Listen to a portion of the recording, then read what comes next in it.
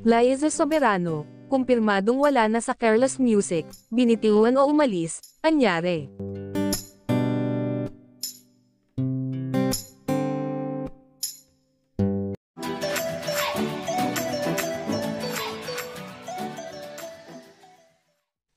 Kinumpirma ng talent management na Careless Music na wala na sa kanilang pangangalaga ang aktres na si Liza Soberano.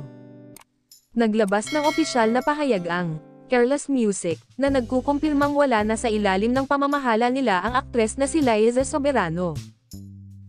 Ilang araw na rin kasing bulong-bulungan sa social media kung true nga ba nanilisan na ni Liza ang kanyang management.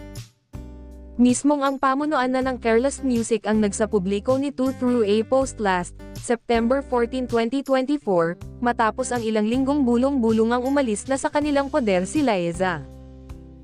Liza Soberano is no longer under Careless Music management effective July 29, 2024. It has been a pleasure to have represented her and we wish her the best in all of her endeavors. Matatanda ang noong 2022 ay tuluyan ng kumalas sa kanyang dating talent manager na si OG Diaz, Star Magic, at ABS-CBN si Liza at nagpamanage sa founder ng Careless Music na si James Reid. Sa ilalim ng Careless, napasama siya sa Hollywood movie na Lisa Frankenstein, na pinagbidahan nina Catherine Newton at Cole Sprouse.